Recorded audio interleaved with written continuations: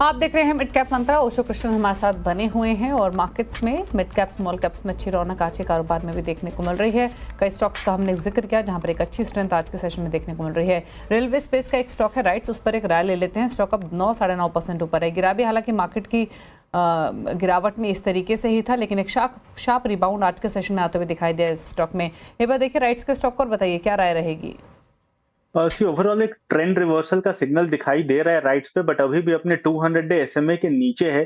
तो जब तक एक कन्विंसिंगली 200 डे एसएमए को ऊपर ब्रेकआउट नहीं करता है, थोड़ा सा कंजर्वेटिव अप्रोच रखना चाहिए। अभी बिल्कुल रेजिस्टेंस पे है, तो यहाँ पे फ्रेश खरीदारी की राय नहीं बन रही है। वहीं हायर लेवल्स पे नियर अबाउट 335 से 40 के ऊपर निकलता है काउंटर, तब यहाँ पे हमें थोड़ा एक बाइंग देखने को मिलेगा काउंटर पे। हायर लेवल्स पे नेक्स्ट 355 से 60 का रेजिस्टेंस है राइट्स में। ओके, चलिए अब बात करेंगे टीसीएस की। बाजार की नजर कल आने वाले टीसीएस के नंबर्स पर रहेगी। कैसे आ सकते हैं नतीजे, ये बताने के लिए आशीष वर्मा हमारे साथ मौजूद हैं। आशीष, बताइए क्या एक्सपेक्टेशंस हैं टीसीएस के अर्निंग से। हाय, हाँ बिल्कुल ठीक। कल से एक्चुअली कहना चाहिए कि रिजल्ट सीजन का आगाज हो जाएगा। और जहां तक ओवरऑल आईटी की बात है, एक और क्वार्टर हो सकता है जब आईटी अपने रिकवरी पाथ पे आपको नजर आएगा। तो एक्सपेक्ट करिए इस बार एक स्टेडी ग्रोथ का क्वार्टर, यानी कि ग्रेजुअली इंप्रूवमेंट हो रहा होगा हालात में।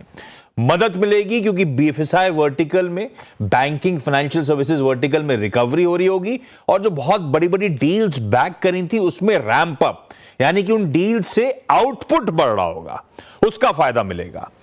अच्छा, कमेंट्रीज में शायद लार्जली आप एक्सपेक्ट करिए इंप्रूवमेंट। हो सकता है कई कंपनीज के लिए कहें ओवरऑल बिजनेस एनवायरमेंट वैसा ही है, पर सब शायद ये मेंशन जरूर करें कि कुछ स्पेसिफिक पॉकेट्स में ग्रीन शूट्स हैं, यानी कि अर्ली साइंस दिख रहे हैं एक रिकवरी के। ध्यान रखिएगा ये कमेंट्रीज जो इस क्वार्टर में आने वाली हैं वो पहली इंपॉर्टेंट कमेंट्रीज होंगी फेड के रेट कट के बाद।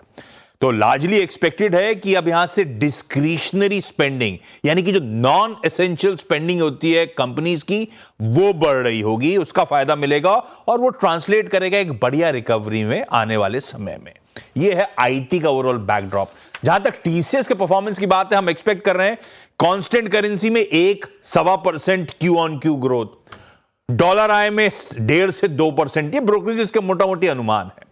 और रुपए में आए हो सकता है 2 से 2.5% का इंप्रूवमेंट। रुपए में आए ज्यादा अच्छा इसलिए क्योंकि करेंसी का बेनिफिट मिल रहा होगा।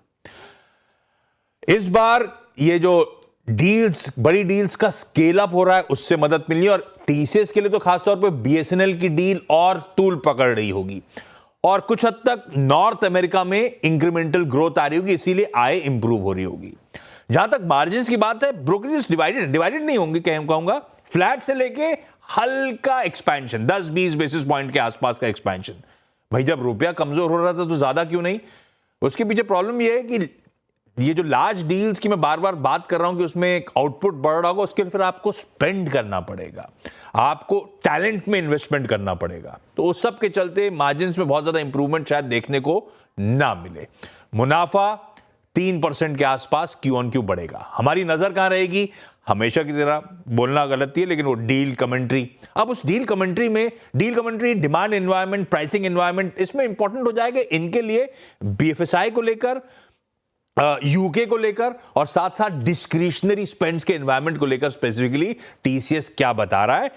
तो डील पाइपलाइन, रैंप अप्स कैसे हो रहे हैं डील्स में, मार्जिन्स को लेकर अब लीवर्स क्या है, इस क्वार्टर में तो मार्जिन्स फ्लैट हैं, आगे का ट्रेजेक्टरी आउटलुक कैसा रहेगा, ये सब इंपॉर्टेंट होगा सुनने के लिए। लेकिन मोटा मोटी आईटी इस बार लार्जली सारी कंपनीज पॉजिटिव टेरिटरी में होंगी, लार्जली सारी कंपनीज रिकवरी पाथ पे ही आपको नजर आएंगी।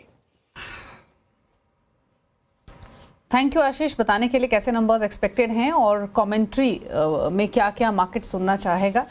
स्टॉक 0.1% ऊपर फिलहाल कारोबार करते हुए।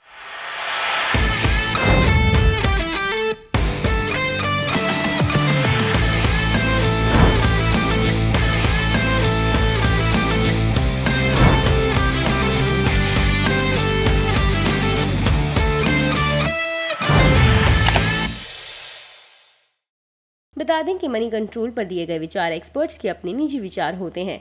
वेबसाइट या मैनेजमेंट इसके लिए उत्तरदायी नहीं है। यूजर्स को मनी कंट्रोल की सलाह है कि कोई भी निवेश निर्णय लेने से पहले सर्टिफाइड एक्सपर्ट की सलाह लें।